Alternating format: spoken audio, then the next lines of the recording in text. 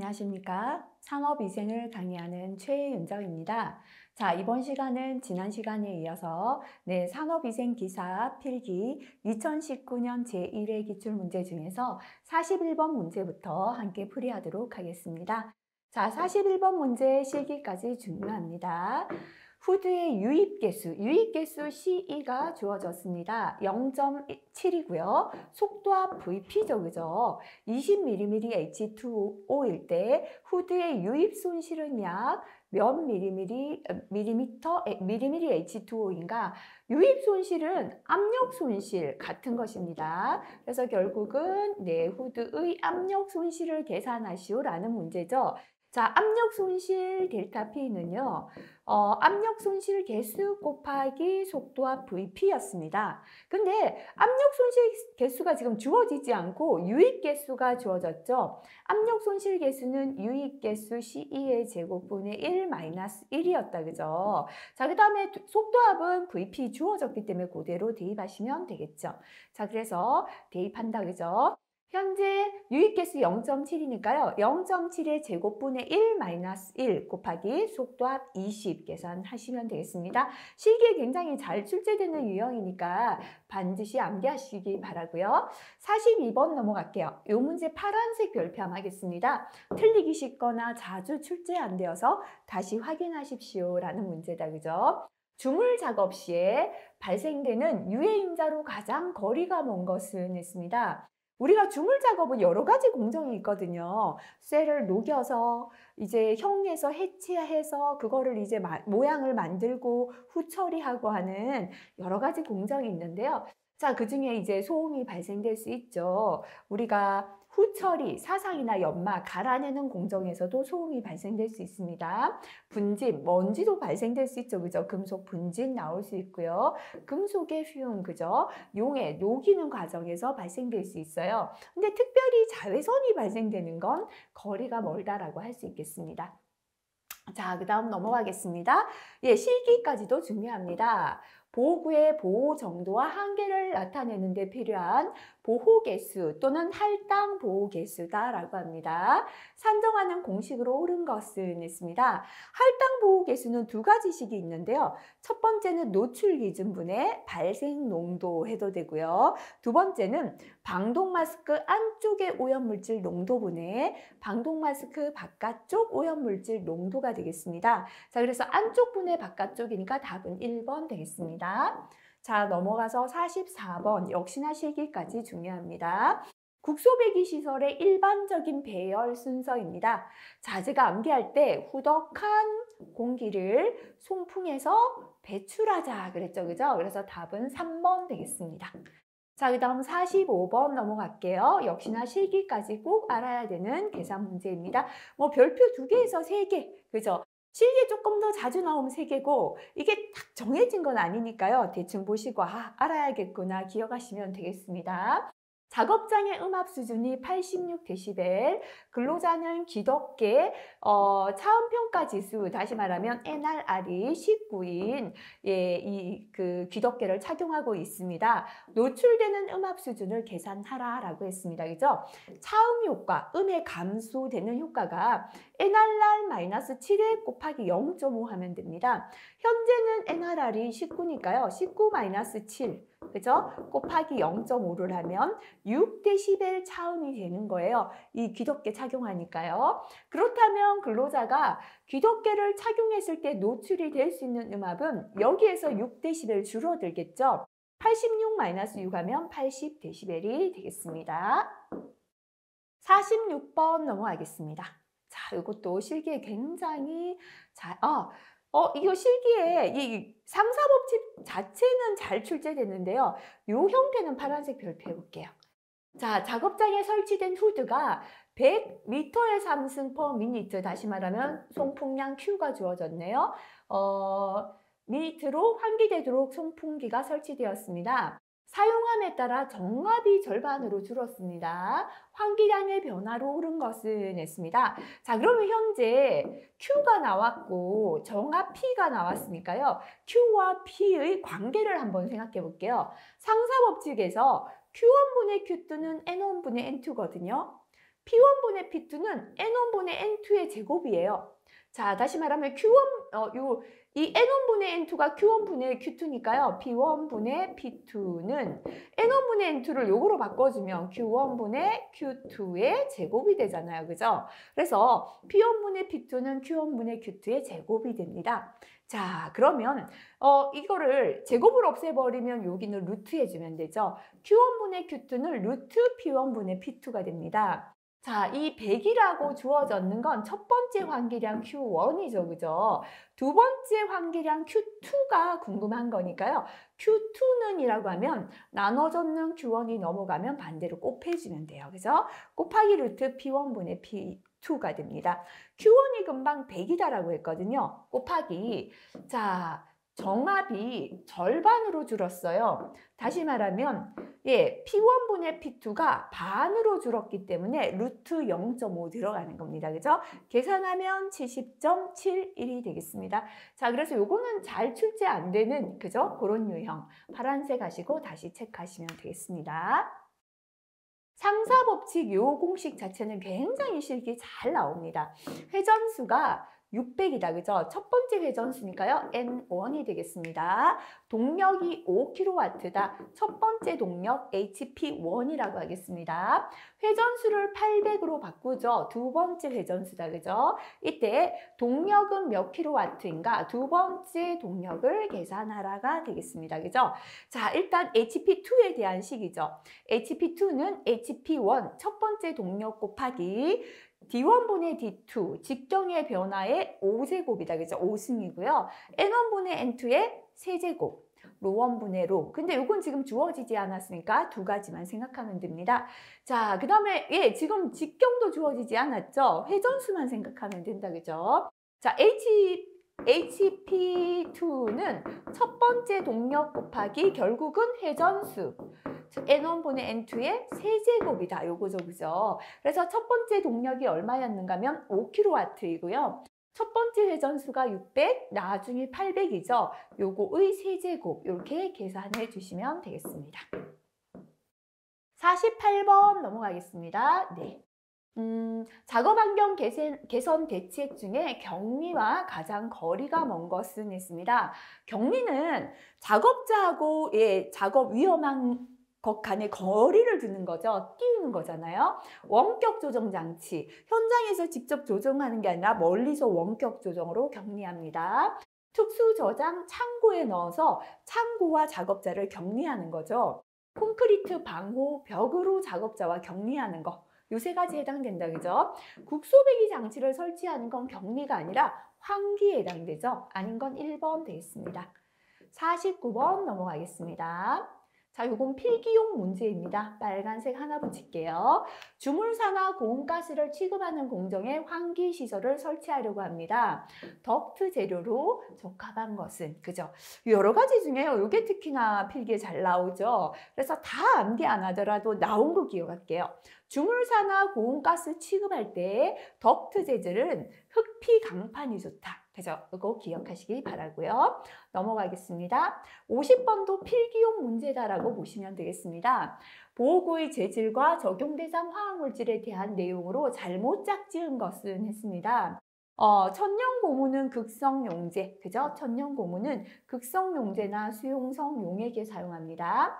부틸 고무는 비극성이라고 했는데요. 부틸 고무도 극성 용제, 특히 알코올에 사용합니다. 그래서 이게 틀렸네요, 그죠? 니트릴 고무, 니트릴은 비극성, 비트론도 비극성.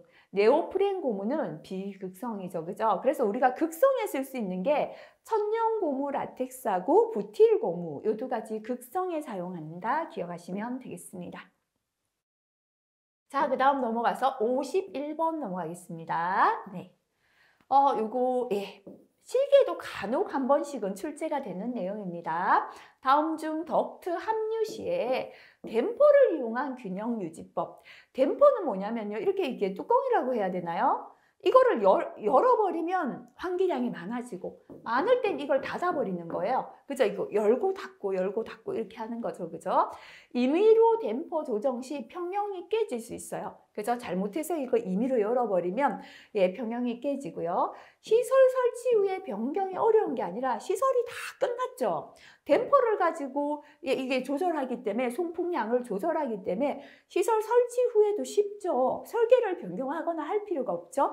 열고 닫고 이렇게 송풍량 조절하니까요. 이게 틀렸다, 그죠? 설계 계산이 상대적으로 간단하고요. 설치 후에 부적당한 배기 유량 조절이 가능하다. 좋습니다.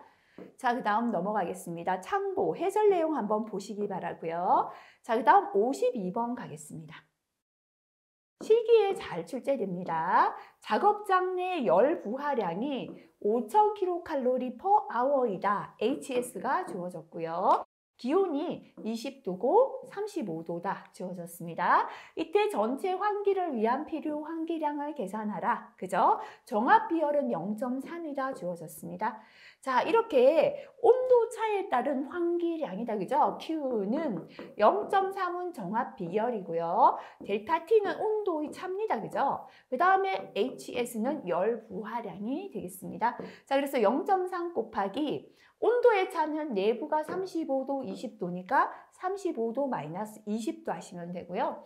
열 부하량이 현재 5,000이 되겠습니다. 그죠? 근데 이거 단위를 잘 보셔야 됩니다. kcal/h 단위예요. 시간의 단위죠. 근데 문제에서는 몇 미터의 삼승 per 미터인가 라고 했잖아요. 그죠? 그래서 1111.11 미터의 삼승이고요.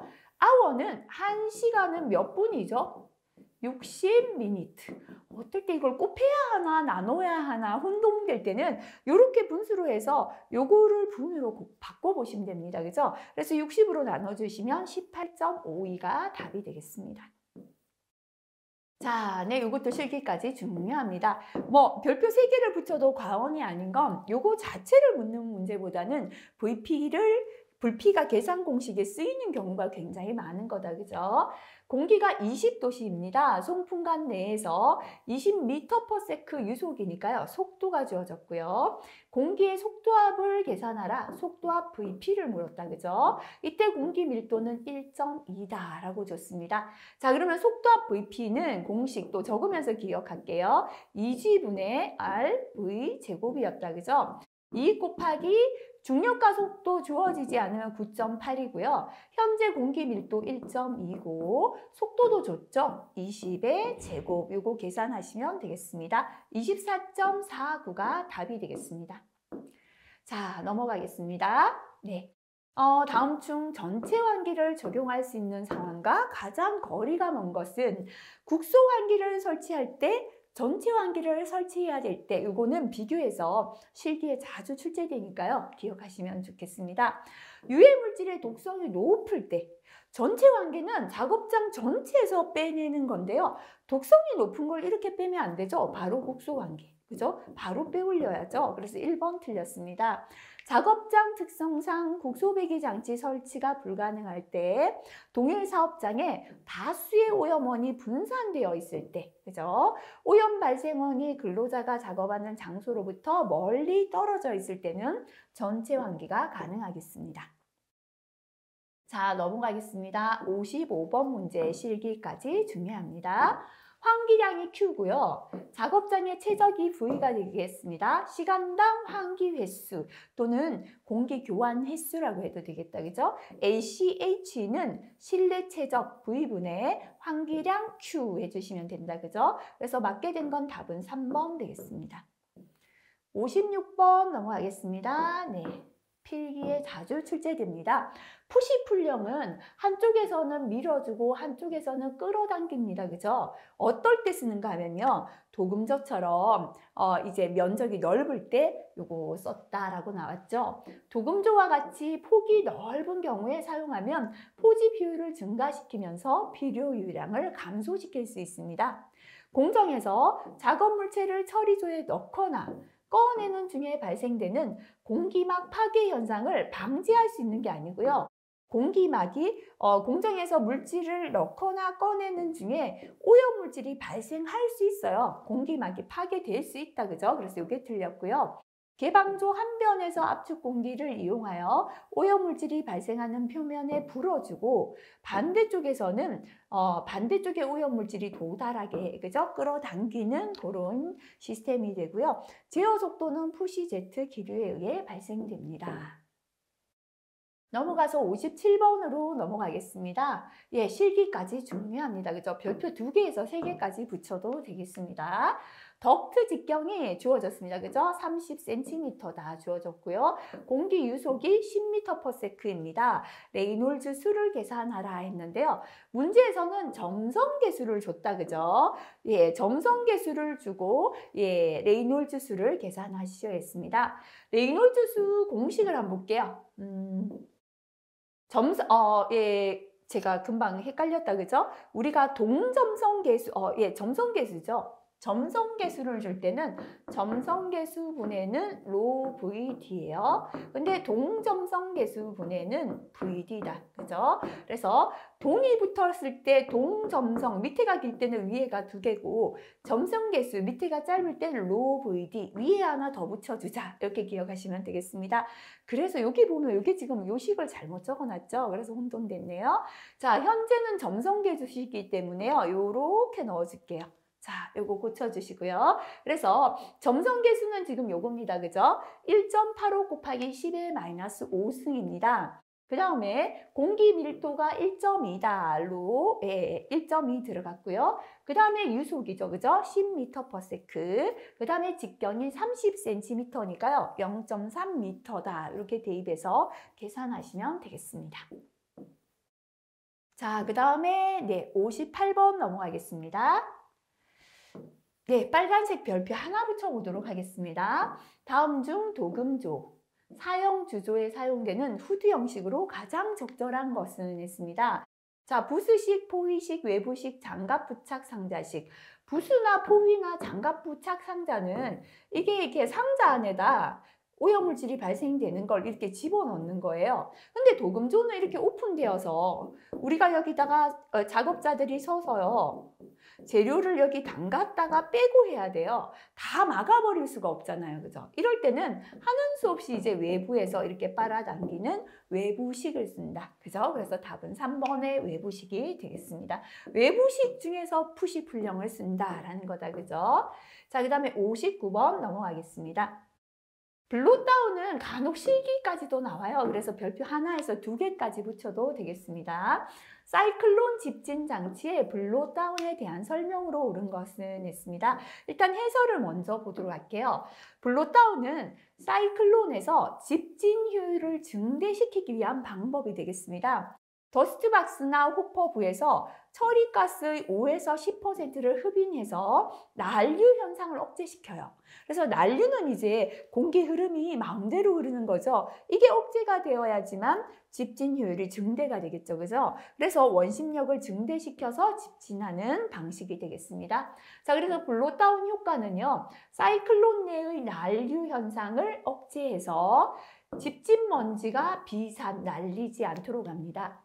사이클론의 집진 효율을 증대시킨다. 그죠? 난류가 억제되니까 집진 효율이 높아지고요. 관내 분진 부착으로 인한 장치의 폐쇄 현상을 방지하는 효과가 있습니다. 자, 그러면 옳은 것은 뭘까요? 네. 관내 분진 부착으로 인한 장치의 폐쇄 현상을 방지한다. 그죠? 맞게 된 거 답은 2번 되겠습니다. 자, 그 다음에 60번 다음 페이지 넘어갈게요. 다음 중 개인보호구에서 귀덮개 장점과 가장 거리가 먼 것은? 근데 기마개와 귀덮개의 장단점은요. 실기에서도 소술하시오 잘 나와요. 그래서 별표 2개까지 붙여줄게요. 귀덮개는 귀 안에 넣는 게 아니라 귀 밖을 덮는 거죠. 귀 안에 염증이 있어도 사용할 수 있습니다. 동일한 크기의 귀덮개를 대부분 근로자가 사용할 수 있죠. 왜냐하면 사이즈가 꼭 그 사람에게 맞아야 되는 건 아니니까요. 멀리서도 착용했는지 확인하기 쉽습니다. 하지만 고온에서 귀를 덮고 있으면 불편하죠. 그죠? 불편이 없다. 이게 틀렸습니다. 자, 그 다음에 물리적 유해 인자 관리 61번 넘어가겠습니다. 파란색 별표 한번 해볼게요. 진동 증후군에 대한 스톡홀름 워크숍의 분류로서 틀린 것은 했습니다. 자, 이 스톡홀름 스톡홀름 워크숍에서는요, 진동 증후군을 0에서부터 4까지 5단계로 구분한다. 맞죠? 그죠?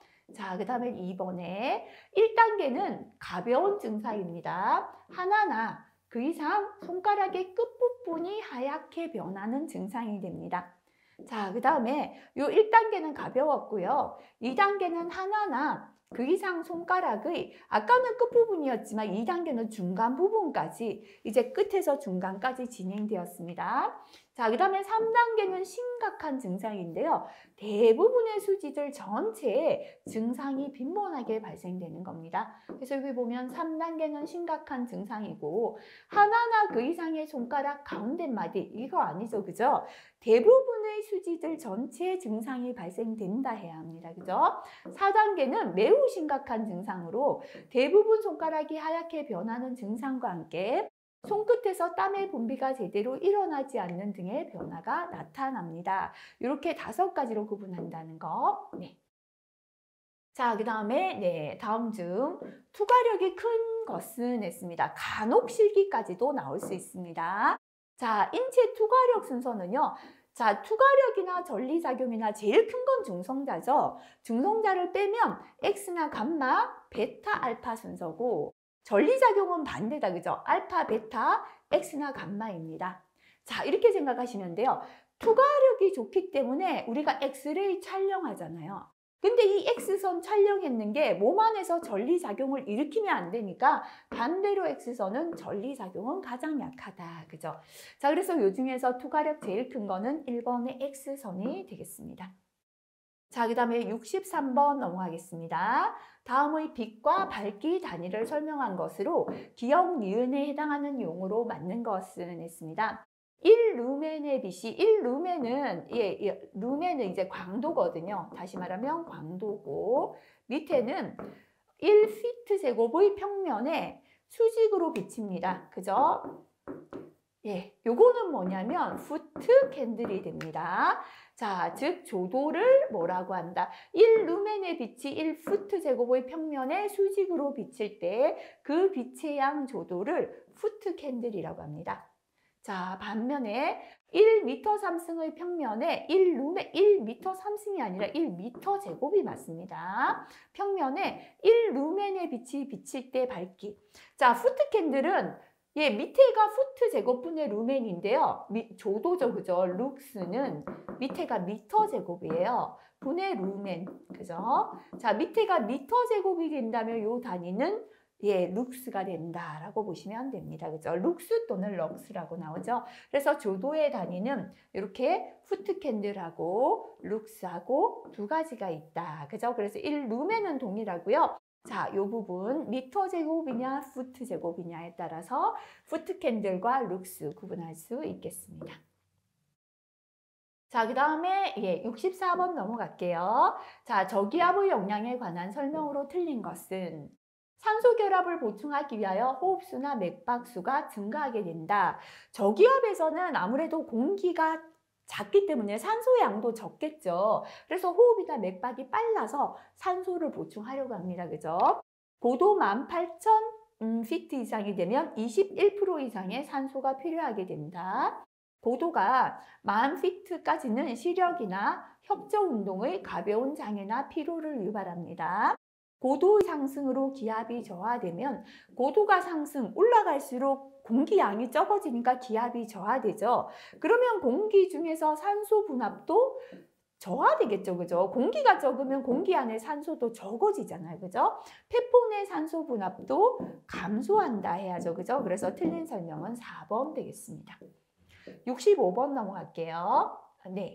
온열 지수를 측정하는 데 있어서 관련이 없는 것은 했습니다. 자, 온열 지수, 습구, 흡구, 온도 지수는 근로자가 고열 환경에 종사함으로써 받는 열 스트레스 또는 고열에 의한 위해 정도를 평가하기 위한 도구인데요. 기온, 습도, 기류 또는 대류라고 해도 됩니다. 공기 유동해도 되고요. 습도, 복사열, 그죠? 이렇게 4가지입니다. 기온이나 기류나 기습 또는 습도나 복사열을 종합적으로 고려한 지표다. 그죠? 전도열 해당되지 않습니다. 필기는 자주 나오진 않는데요. 실기에 간혹가다 요거를 이렇게 괄호 비우고 적합한 걸 적으시오. 출제될 수 있습니다. 자, 66번 넘어가겠습니다. 네. 열사병은 간혹 실기까지도 한 번씩 출제가 됩니다. 열사병에 관한 설명으로 맞는 것은 했습니다. 열사병은 태양의 복사열에 직접 노출될 때요. 우리가 햇볕에 장시간 그대로 서 있을 때 뇌의 온도 상승으로 체온을 조절하는 중추 기능이 장애가 되어서 발생된다. 그죠? 그래서 맞게 설명한 거는 답은 4번 되겠습니다. 자, 그 다음에 넘어가겠습니다. 67번 필기에 자주 출제됩니다. 자연조명에 관한 설명으로 틀린 것은 했습니다. 창의 면적은 바닥 면적의 15에서 20%, 개각은 4에서 5도가 좋으며 개각이 작을수록 밝은 게 아니라 빛이 들어오는 각도가 클수록 밝아지죠. 그래서 이건 틀렸죠. 균일한 조명을 요할 때는 동북이나 북창이 좋고요. 입사각은 28도씨 이상이 좋으며 입사각이 클수록 실내는 밝다. 그죠? 틀린 거 답은 2번 되겠습니다. 68번 넘어가겠습니다. 저온에 의한 장애에 관한 내용으로 틀린 것은 근육 긴장이 증가하고 떨림이 생긴다. 맞죠? 그죠? 근육이 긴장되고 떨립니다. 혈압은 변화되지 않는다 했는데요. 자, 피부 혈관이 수축되기 때문에 혈관이 수축되니까 피가 지나가기 힘들죠. 힘을 줘서 지나가니까 압력은 혈압은 일시적으로 상승합니다. 그죠? 그래서 이게 틀렸고요. 피부 표면의 혈관과 피하 조직이 수축되고 부종, 저림, 가려움, 심한 통증이 생길 수 있습니다. 자, 그 다음 69번으로 넘어가겠습니다. 네, 다시 한번 눌러볼게요. 예, 69번 맞나요? 네. 한 번 더 눌러야 합니다. 그죠? 네. 다음 중 적외선의 생체 작용에 대한 설명으로 틀린 것은 했습니다. 조직에 흡수된 적외선은 화학 반응을 일으키는 것이 아니라 구성분자 운동 에너지를 증대시킨다. 그래서 적외선을 화학선이 아니라 열선이다라고 했죠. 그죠? 맞습니다. 만성 노출에 따라 눈 장애인 백내장, 적외선 백내장 생길 수 있습니다. 700나노미터 이하 적외선은 눈의 각막을 손상시킬 수 있습니다. 근데 여기에서요, 각막을 손상시키는 적외선은 700이 아니라 1400나노미터 구간이죠. 그래서 이 부분 틀렸고요. 적외선이 체외에서 조사되면 일부는 피부에서 반사가 되고 나머지만 흡수가 됩니다. 틀린 답은 3번 되겠습니다. 자, 요거 네, 다음 설명에서 괄호 안에 들어갈 알맞은 숫자는 했습니다. 자, 괄호 기압 이상에서 공기 중의 질소가스는 마취작용을 나타내서 작업력 저하, 기분 변환, 여러 정도의 다행증이 일어난다. 그죠? 자, 우리가 고압 환경에서 2차적인 가압 현상, 실기에도 잘 나옵니다. 첫 번째는 질소의 마취작용인데요. 질소가스는 4기압 이상에서 마취작용을 일으키죠. 두 번째는 산소 중독 증세인데요. 산소 분압이 2기압을 넘으면 산소 중독 증세가 생기고요. 세 번째 이산화탄소 작용입니다. 이산화탄소 증가는 산소 독성과 질소 마취 작용을 촉진하는 역할을 한다. 그죠? 기억하시고요. 자, 질소 마취 작용은 4기압이 답이 되겠습니다. 자, 그 다음 71번 갈게요. 필기용 문제입니다. 방사선 용어 중에서 조직의 단위 질량당 흡수된 에너지, 조직에 얼마만큼 흡수가 되었나를 나타내는 게 흡수 선량이죠. 그죠? 답은 2번 되겠습니다. 근데 여기에서 흡수 선량의 단위를 묻는 건 간혹가다 실기에 출제가 됩니다. 흡수 선량의 단위는 레드가 있고요. 그레이가 있다. 그죠? 그래서 이것도 한번 보고 지나가시면 좋겠습니다. 72번 감압병의 예방 및 치료에 관한 설명으로 틀린 것은 했습니다. 고압 환경에서는 작업 시간을 제한하는 게 좋죠. 그죠? 감압이 끝날 무렵에 순수한 산소를 흡입시키면 감압 시간을 25%가량 그죠? 줄일 수 있다. 좋고요. 특별히 잠수에 익숙한 사람을 제외하고 10m/min 속도 정도로 잠수하는 게 좋습니다. 자, 4번에 보니까 헬륨은 질소보다 확산 속도가 작다라고 했는데 틀렸죠?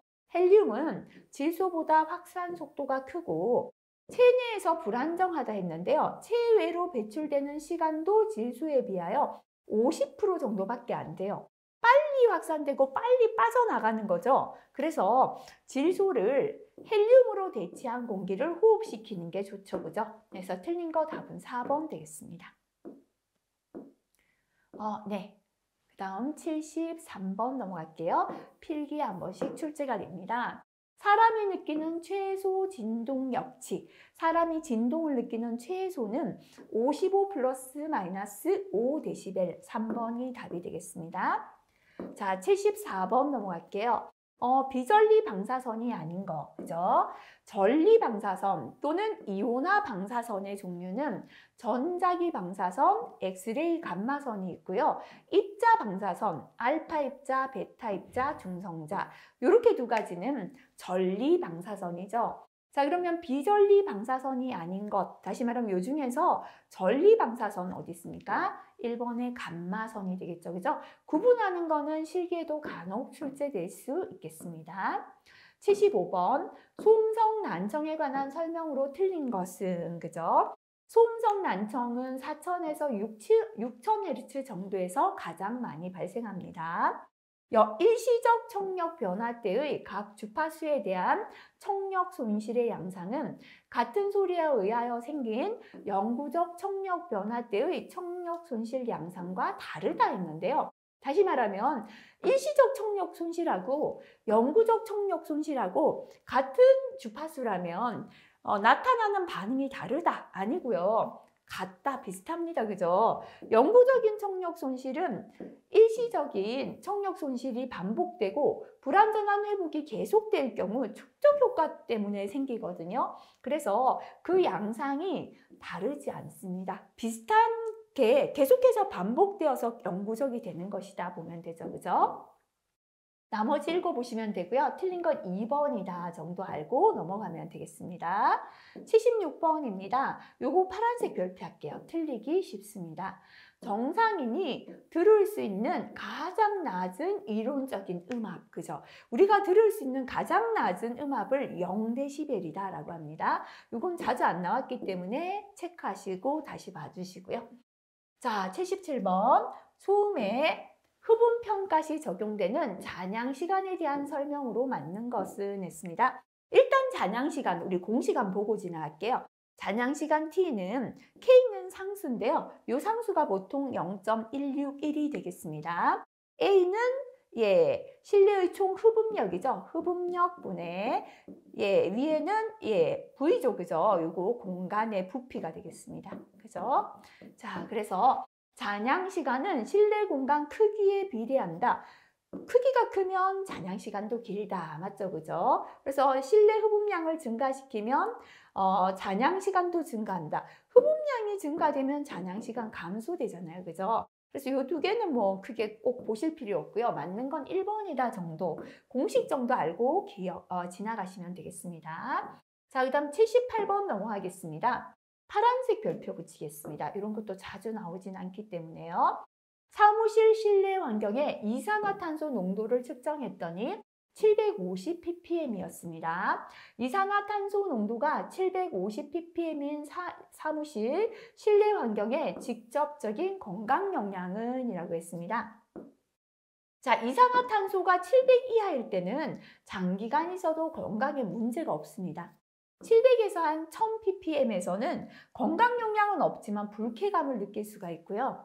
1000에서 2000 정도에서는 피로하거나 졸리는 현상이 있을 수 있고 2000 이상은 두통이나 어깨 결림, 3000이 초과되면 현기증이 발생될 수 있습니다. 현재는 750이니까요. 건강에 직접적인 영향은 없다, 그죠? 그래서 답은 4번이다 라고 기억하시면 되고요.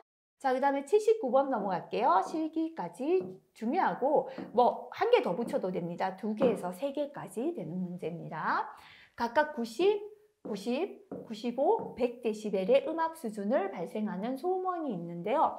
이 소음원들이 동시에 가동된다. 다시 말하면 합성 소음이다라는 거다. 그죠? 음압을 계산하라입니다.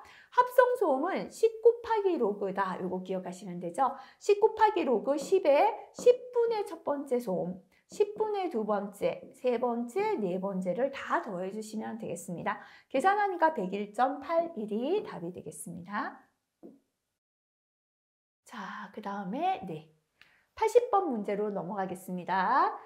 요거는 실기에도 간혹 잘 출제가 되는 문제입니다. 일반적으로 소음계의 A 특성치는 몇 폰의 등간 곡선과 비슷하게 주파수에 따른 반응을 보정하여 측정한 음압 수준인가 라고 했습니다. 소음계는 세 가지 특성이 있죠. 그죠? A, B, C 특성입니다. A 특성은 40폰, B는 70폰, C는 100폰의 등청간 곡선과 비슷하게 보정을 하여 측정한 음압이 되겠다. 그죠? 그래서 답은 1번이 답이 되겠습니다. 마지막 독성함 문제 넘어갈게요. 자, 81번입니다. 작업장 내 유해물질 노출에 따른 위험성을 결정하는 주요 인자.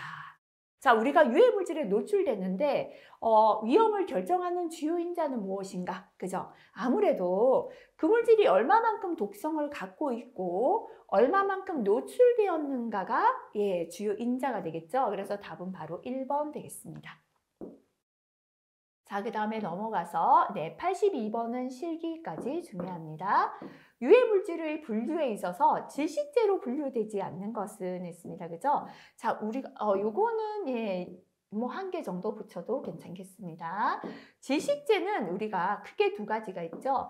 단순 질식제인데요. 생리적으로 아무 작용도 하지 않지만 이 가스가 많을 때는 공기 중에서 산소의 분압이 떨어져요. 그래서 우리가 질식을 일으킬 수 있는 건데요. 대부분 공기 속에 있는 공기 성분이라고 보면 됩니다.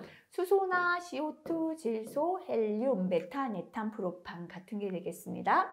화학적 질식제는 혈액 중에 혈색소와 결합해서 산소 운반 능력을 방해해서 결국은 뇌질식을 일으킵니다. 그죠?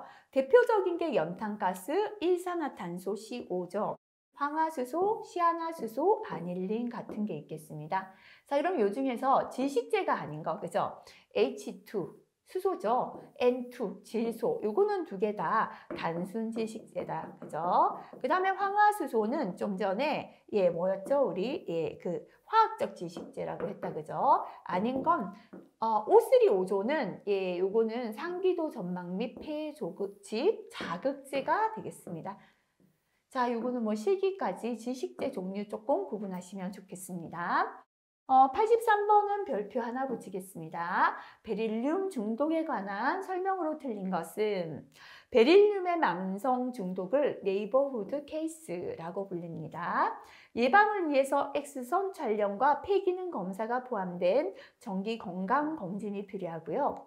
염화물, 황화물, 불화물과 같은 용해성 베릴륨 화합물은 급성 중독을 일으킬 수 있습니다.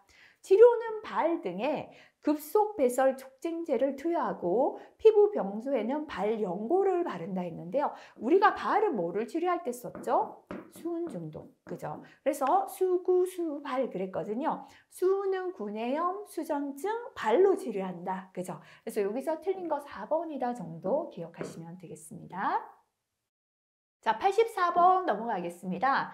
다음 중 인체에 흡수된 대부분의 중금속을 배설 제거하는 데 가장 중요한 역할을 담당하는 기관은 했습니다. 우리가 금속을 배설하는 데 가장 중요한 건 바로 신장이 되겠다. 그죠? 그래서 답은 4번 되겠습니다. 85번 넘어가겠습니다. 실기까지 중요합니다. 나무의 독성에 대한 인체 실험 결과 안전 흡수량이 체중 kg당 0.005mg/kg이었고요. 하루 8시간 작업 시에 허용 농도 mg/m 상승을 계산하라 그랬고 근로자 평균 체중이 70kg, 폐 환기가 1.6m 상승이다 라고 줬습니다. 자, 일단 공식 암기가 기본이다. 그죠? 체내 흡수량 mg은 CTVR입니다. 근데 현재는 미리그램 퍼 미터 삼승 농도를 계산하라 했거든요. 농도는 C예요. 그죠? 그래서 이거를 C는 이라고 하면 곱해졌는 게 넘어가면 나눠져서 밑으로 가야 돼요. TVR분의 미리그램이 된다. 그죠? 그럼 대입해 볼게요. T는 시간이죠. 8시간 곱하기 V가 뭐냐면 폐환기율, 그죠? 호흡률 1.25고요. R은 체내 잔유율인데 주어지지 않으면 보통 1.0 대입하시면 됩니다. 분의 위에는 미리그램만 들어가야 되는데 지금 주어진 건 뭐냐면 미리그램이 아니라 위에 주어진 건 0.005 미리그램 퍼 요 뒤에 킬로그램이 있잖아요. 그죠? 우리는 미리그램만 필요하기 때문에요. 곱하기 킬로그램을 해줘야 킬로그램이 생략되고 미리그램만 남겠죠. 그럼 킬로그램은 뭐를 줬다? 몸무게 70kg이다. 그죠? 요거 계산하시면 0.035 미리그램이 답이 되겠습니다. 자, 그 다음 86번 넘어가겠습니다. 필기에 자주 출제가 되는 내용입니다. 체내에 소량 흡수된 카드뮴은 체내에서 해독되는데 이들 반응에 중요한 작용을 하는 것은 있습니다. 자, 우리가 이렇게 금속, 카드뮴의 이 해독에 중요한 작용을 하는 건 간, 신장에서 보통 해독 작용하죠. 그죠? 그래서 답은 3번 되겠습니다. 자, 그 다음 넘어갈게요. 별표 3개 암기해야 합니다. 그죠? 이氧화탄소를 취급하는 근로자를 대상으로 생물학적 모니터링을 하는데 이용될 수 있는 생체내 대사 산물은 했습니다. 이氧화탄, TTCA 이렇게 암기했거든요. 이氧화탄, TTCA 기억나시는지 모르겠습니다. 그래서 현재 답은 4번 되겠죠. 그죠? 자, 마녀털 그랬죠. 톨루에는 마뇨산, 페놀 그랬죠. 벤젠은 페놀. 마녀털에 벤젠 냄새가 페놀 냄새가 배어 있다. 그죠? 메틸 마녀 크시더니 했고요. 그다음에 니트로벤 메타헤모, 에틸벤 만델린, 이氧화탄 TTCA 이렇게 암기했거든요. 그래서 어떻게 암기하시던지 본인이 편한 방식대로 시기까지 꼭 암기해 주셔야겠습니다.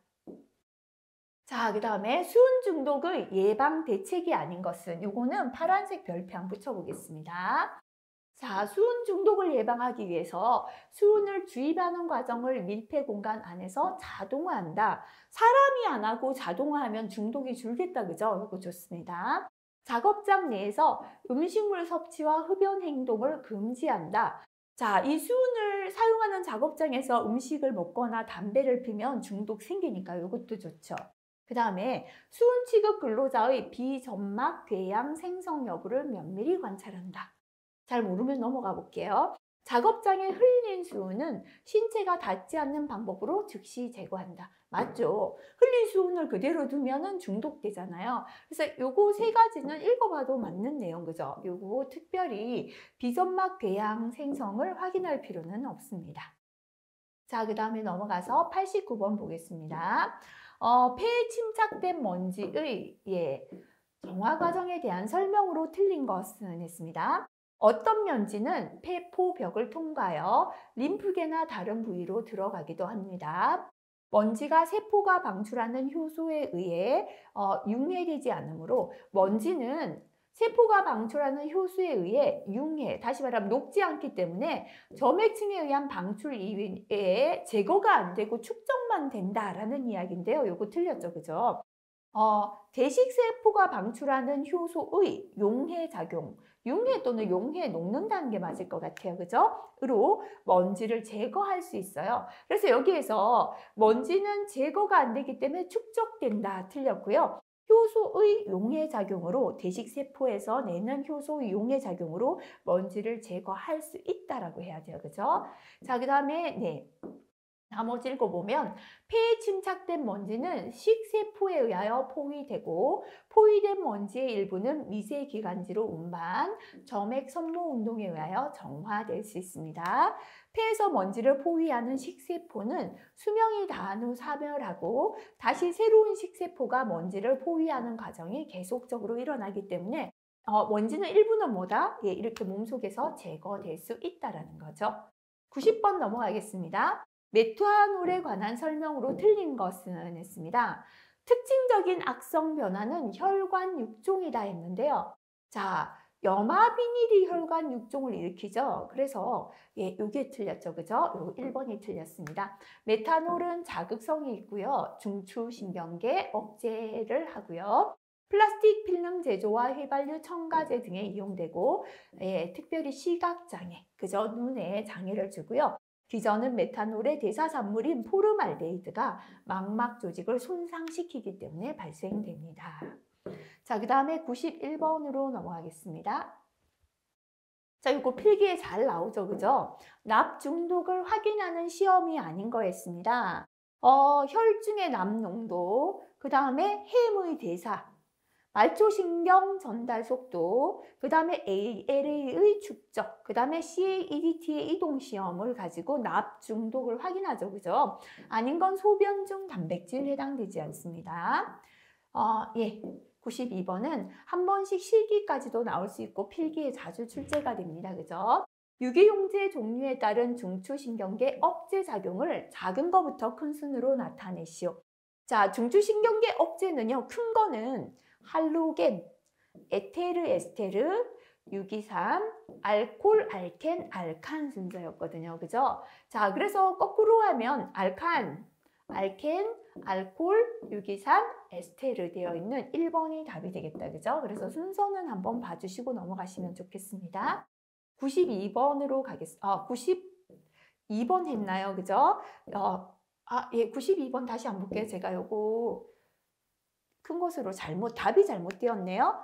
제일 작은 거, 그죠? 여기서는 현재 제일 작은 게, 제일 큰 게 유기산이네요. 요 중에서는. 제가 맞게 된 거는 뭡니까? 에스테르, 유기산, 알코올, 알켄, 알칸. 그죠? 답은 3번 맞는 거 맞습니까? 다시 한번 찾아봐 주시기 바라겠습니다. 자, 그 다음에 93번 넘어갈게요. 메탄올의 시각장애 독성을 나타내는 대사 순서로 맞는 것은 파란색 별표할게요. 자주 출제가 안 되는 내용입니다. 메탄올은 특별히 시각장애를 일으키는데요.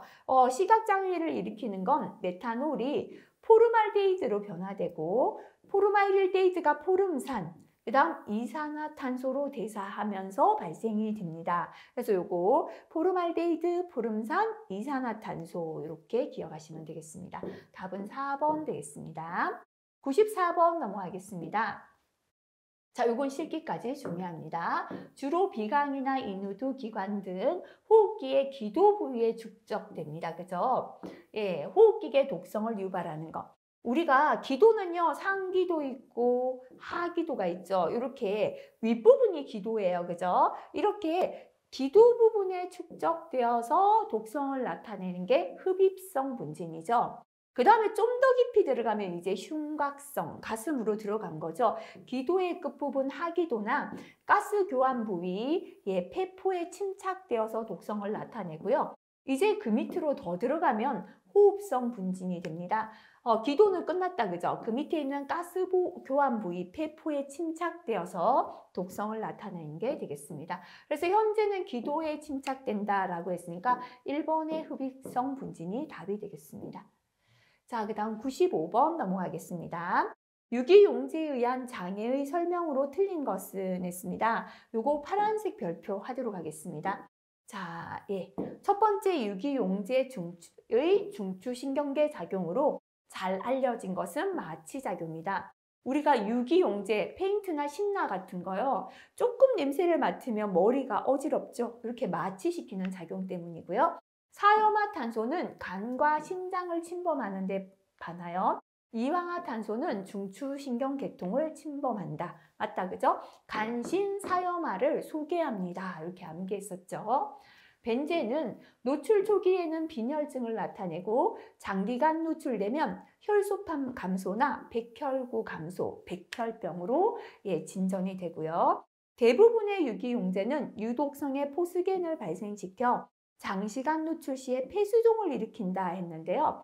염화에틸렌은 화기 등에 접촉하면 유독성의 포스겐이 발생하여 폐수종을 일으킵니다. 그래서 대부분의 유기용제가 아니라 염화에틸렌이 폐수종을 일으킨다 해야 맞거든요. 그래서 요 내용들은 조금 보시면 나왔던 건데 요 4번 때문에 파란색 별표하시고 다시 한번 봐주시면 좋겠습니다.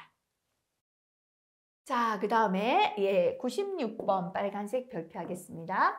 할로게나탄화수소인 사염화탄소에 관한 설명으로 틀린 것은 자, 생식기에 대한 독성 작용이 특히 심하고요. 근데 이 사염화탄소는 생식기에 대한 독성은 크게 없습니다. 그죠? 중추신경계 억제에 대한 마취작용이 특히 심하다라고 해야 합니다. 두 번째, 고농도에 노출되면 중추신경계 외에 간, 신, 사염화 그랬죠. 간과 심장장애 유발합니다. 심장장애 증상은 감뇨, 혈뇨 등이 발생되고 완전 무뇨증이 되면 사망까지 갈 수 있고요. 초기 증상으로는 지속적인 두통이나 구역, 구토, 복부선통과 설사나 간압통이 나타날 수 있습니다.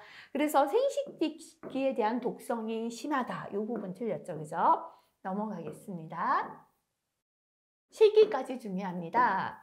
다음 설명에서 기억 디귿에 해당되는 내용이 맞는 것은 했습니다.